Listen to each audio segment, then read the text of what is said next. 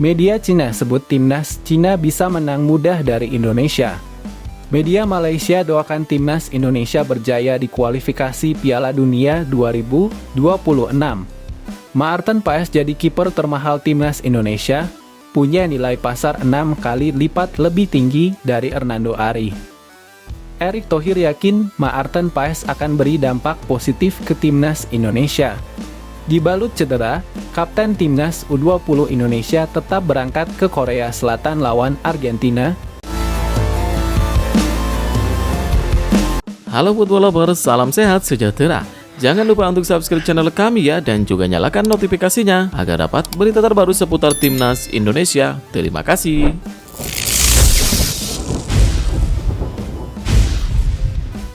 Media Cina sebut timnas Cina bisa menang mudah dari Indonesia. Media asal Cina, Sohu menilai tim nasional Indonesia adalah tim yang lemah di antara penghuni grup C babak ketiga kualifikasi Piala Dunia 2026 zona Asia. Apalagi dengan memiliki keunggulan secara statistik atas timnas Indonesia, Sohu pun merasa timnas Cina bakal menang mudah saat melawan Garuda. Cina akan tergabung bersama Arab Saudi, Australia, Bahrain, Indonesia, dan Jepang di grup C putaran ketiga kualifikasi Piala Dunia 2026 zona Asia.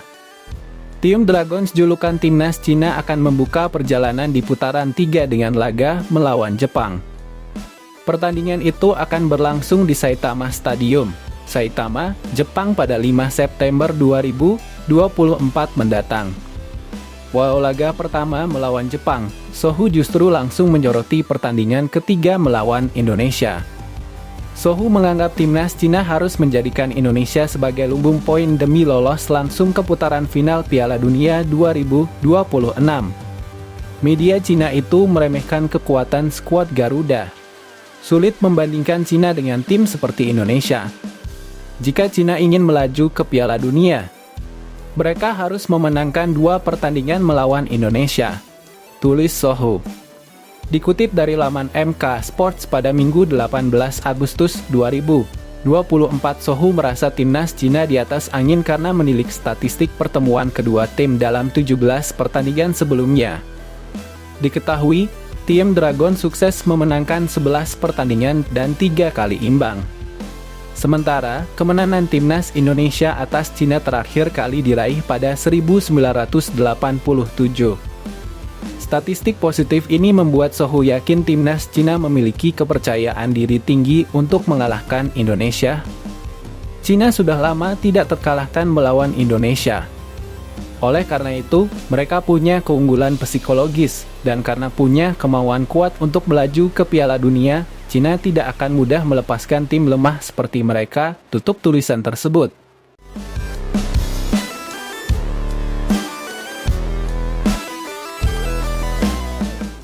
Iqbal Gwijanda ungkap kondisi mental timnas Indonesia U20 usai juara Piala AFF U19 2024.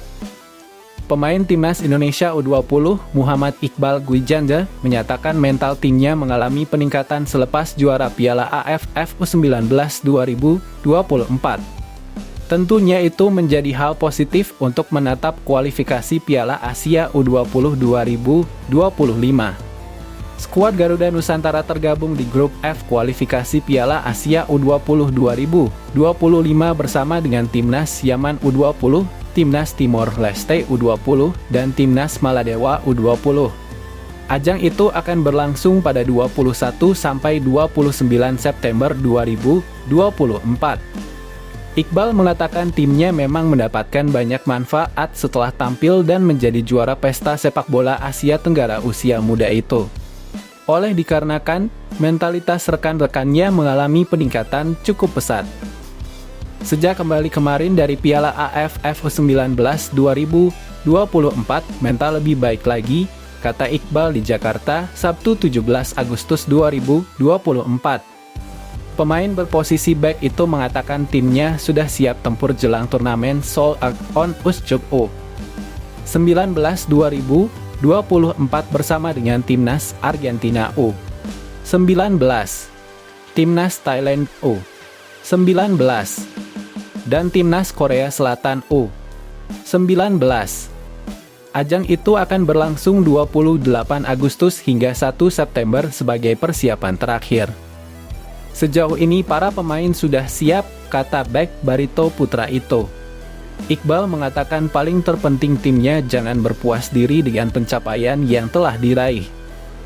Jadi, Timnas Indonesia U20 harus terus berbenah agar dapat menjadi lebih kuat dari sebelumnya demi lolos ke Piala Asia U20 2025. Yang paling penting kami fokus lagi ke taktik dan kekompakan tim, tandasnya.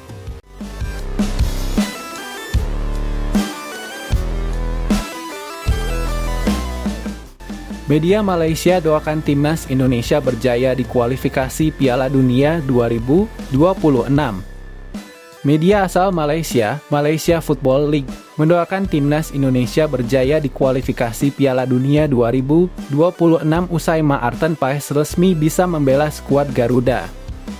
Menurut media Malaysia tersebut, Paes akan berperan penting dalam perjuangan Timnas Indonesia di grup C babak ketiga kualifikasi Piala Dunia 2026 zona nanti. Seperti yang diketahui, Maarten Paes awalnya belum bisa memastikan diri dapat memperkuat Garuda meski sudah menjadi warga negara Indonesia sejak April 2024 lalu. Alasannya karena proses perpindahan Federasi Maarten Paes dari Federasi Sepak Bola Belanda ke PSSI belum tuntas. Pasalnya, Paes dianggap pernah membela timnas Belanda U21. Mengetahui hal itu, PSSI pun bergerak cepat melakukan banding ke Pengadilan Arbitrase Olahraga.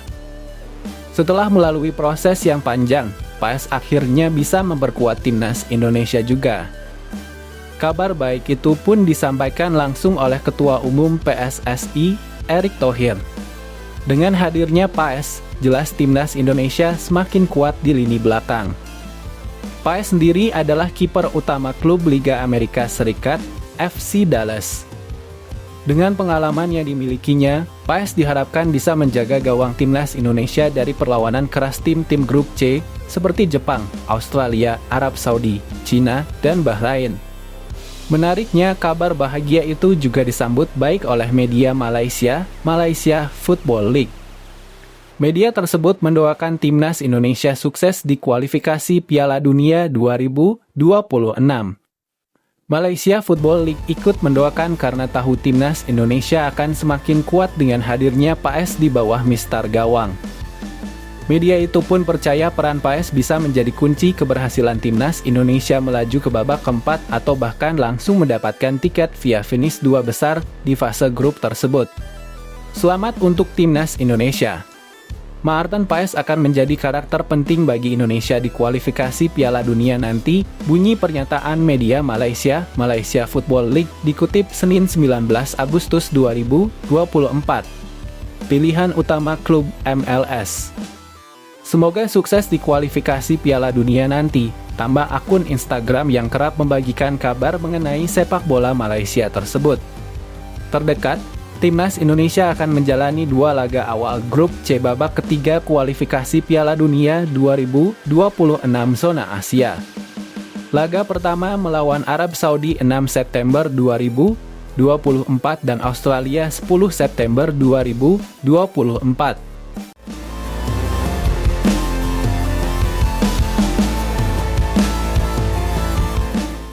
Maarten Paes jadi kiper termahal Timnas Indonesia, punya nilai pasar 6 kali lipat lebih tinggi dari Hernando Ari. Sebagai informasi, Timnas Indonesia sebelumnya telah memiliki 3 kiper yang menjadi andalan Sintayong. Mereka adalah Hernando Ari, Adi Satrio, dan Nadeo Argawinata. Dari 3 nama di atas, Nadeo Argawinata memiliki nilai pasar tertinggi. Dilansir dari Transfermarkt, nilai pasar Nadeo mencapai 5,21 miliar rupiah.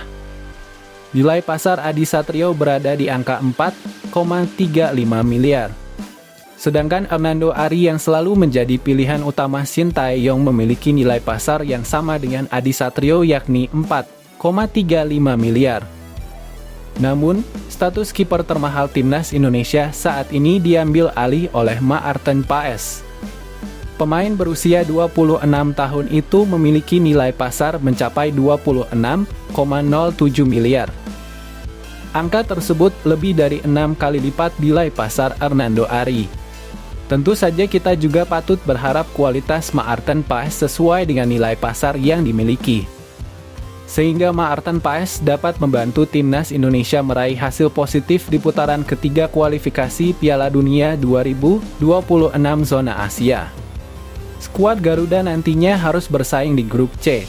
Lawan yang dihadapi timnas Indonesia ada Jepang, Australia, Arab Saudi, Cina, dan Bahrain. Perjuangan tim asuhan Shin Tae-yong di ajang ini bakal dimulai pada bulan September mendatang.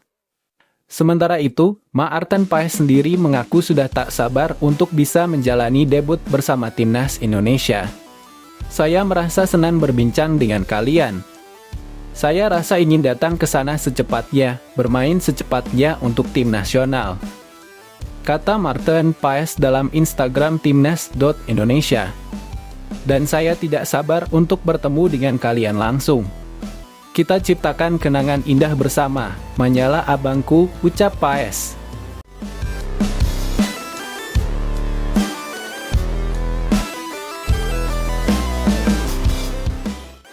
Erick Thohir yakin Maarten Paes akan beri dampak positif ke timnas Indonesia. Sebagai informasi, Maarten Paes sejatinya resmi dinaturalisasi pada bulan April lalu. PSSI memenangkan sidang tersebut dan Maarten Paes kini sudah bisa memperkuat timnas Indonesia. Hal ini lalu mendapatkan tanggapan positif dari Erick Thohir. Pria yang juga menjabat sebagai Menteri BUMN itu percaya kehadiran Maarten Paes akan membuat tim asuhan Shin Tae-yong semakin kuat. Lebih lanjut, Erick Thohir menegaskan apa yang terjadi merupakan salah satu bentuk keseriusan PSSI dalam mencari bakat-bakat terbaik. Kami percaya bahwa Maarten Paes akan membawa dampak positif bagi tim dan membantu timnas Indonesia meraih prestasi lebih baik. Keputusan ini menunjukkan komitmen PSSI dalam mencari bakat-bakat terbaik untuk membangun masa depan sepak bola Indonesia, ucap Erick Thohir dari laman resmi PSSI. Sementara itu, Maarten Paes sendiri mengaku senang akhirnya bisa memperkuat timnas Indonesia. Pemain berusia 26 tahun itu juga merasa tak sabar untuk segera menjalani debut bersama skuad Garuda. Saya merasa senang berbincang dengan kalian. Saya rasa ingin datang ke sana secepatnya, bermain secepatnya untuk tim nasional, kata Maarten Paes dalam Instagram timnas.indonesia. Dan saya tidak sabar untuk bertemu dengan kalian langsung. Kita ciptakan kenangan indah bersama, menyala abangku, ucap Paes. Harapan Maarten Paes bisa saja terwujud pada bulan depan. Seperti yang diketahui, timnas Indonesia memiliki 2 jadwal berlaga pada September 2024.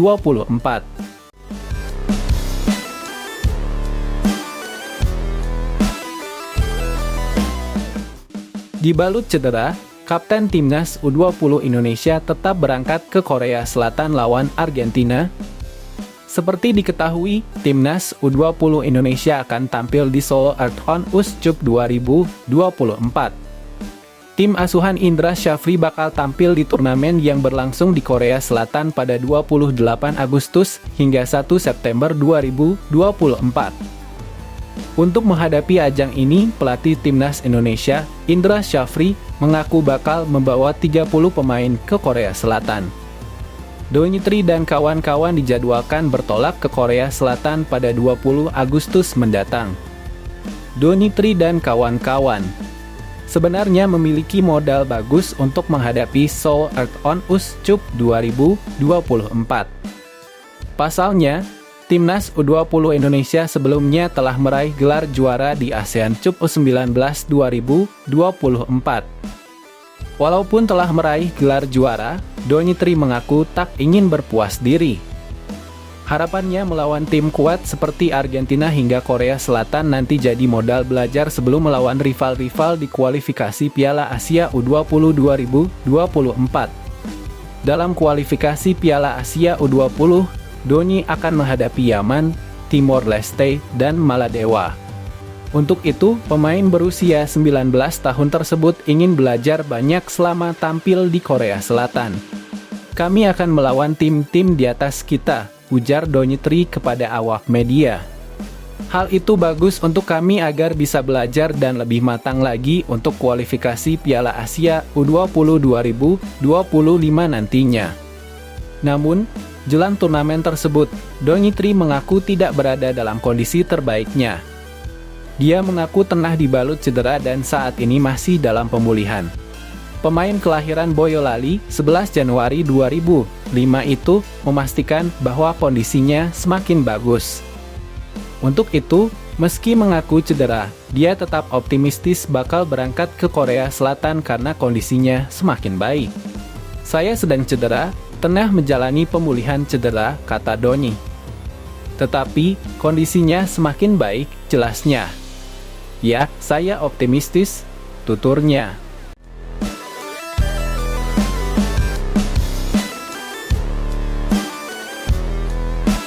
Tak gentar hadapi Argentina, ini janji back Timnas U20 Indonesia jelang Seoul Earth on Usyk 2024.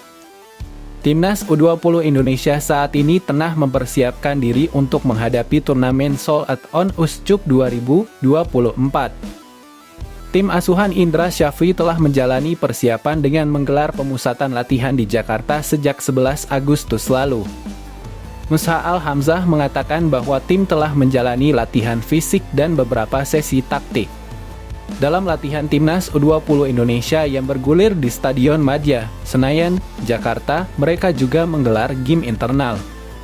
Skuad Garuda Nusantara menggelar game internal dengan tim dibagi menjadi dua. Pemain keturunan Sudan tersebut mengaku bahwa game internal berjalan dengan lancar dan tak ada masalah. Hal ini karena para pemain berada dalam kondisi yang bagus. Berjalan cukup baik. Kami menjalani game internal game dibagi menjadi dua tim. Main dua babak yaitu 2 kali 45 menit, ujar Mus'al. Kondisi dan mental para pemain juga baik, ucapnya. Latihan ini sekaligus menjadi persiapan tim untuk menghadapi turnamen yang bakal berlangsung pada 28 Agustus hingga 1 September 2024 tersebut. Timnas U20 Indonesia dijadwalkan akan memulai perjuangan di Seoul Earth on Usyk 2024 dengan melawan Argentina. Garuda Nusantara akan menghadapi Argentina pada 28 Agustus mendatang. Kemudian laga kedua melawan Thailand pada 31 Agustus dan pertandingan terakhir menghadapi tim tuan rumah Korea Selatan pada 1 September 2024. Mus'al Hamzah dan kawan-kawan dijadwalkan bakal bertolak ke Korea Selatan pada 20 Agustus mendatang. Mereka akan menjalani TC di negeri Ginseng terlebih dahulu. Selama berada di Korea Selatan, Timnas U20 Indonesia juga akan menjalani laga uji coba.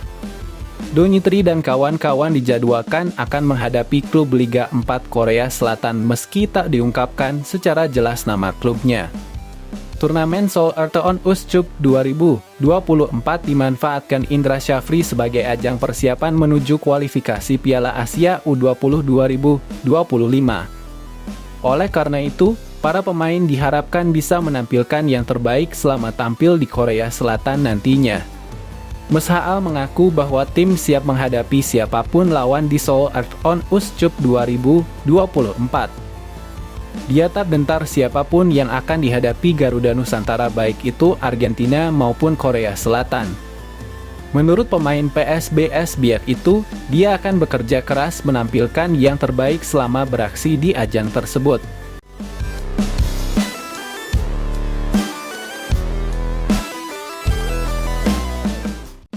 Meski dibuat marah, Shin Tae-yong, kita butuh orang seperti Bung Towel. Seperti yang diketahui, Bung Towel kerap memberikan kritik kepada Timnas Indonesia asuhan Shin Tae-yong meski telah banyak mengukir prestasi. Belum lama ini, Shin Tae-yong akhirnya buka suara terkait kritik dari Bung Towel itu. Pelatih asal Korea Selatan tersebut mengaku mendapatkan informasi mengenai kritik Bung Towel dari penerjemahnya. Dalam hal ini, Shin Tae-yong memberikan sebuah respon yang bijaksana. Pelatih berusia 54 tahun itu menilai sosok Bung Towel dibutuhkan sepak bola Indonesia agar bisa berkembang. Shin Tae-yong menyadari bahwa apa yang ia lakukan tak akan bisa menyenangkan semua orang. Lebih lanjut, Shin Tae-yong justru khawatir akan terlena bila semua orang memuji dirinya. Saya tahu itu penerjemah bahasa Indonesia melaporkannya. Karena mereka melaporkannya, jadi saya mengetahuinya, kata Shin Tae-yong, tetapi saya berpikir orang-orang seperti itu juga harus ada. Agar bisa sepak bola berkembang. Tidak semua orang menyukai saya 100% di kelompok manapun. Jika saya mendapat dukungan 100%, saya sendiri bisa menjadi otoriter, ucap Shin Tae-yong.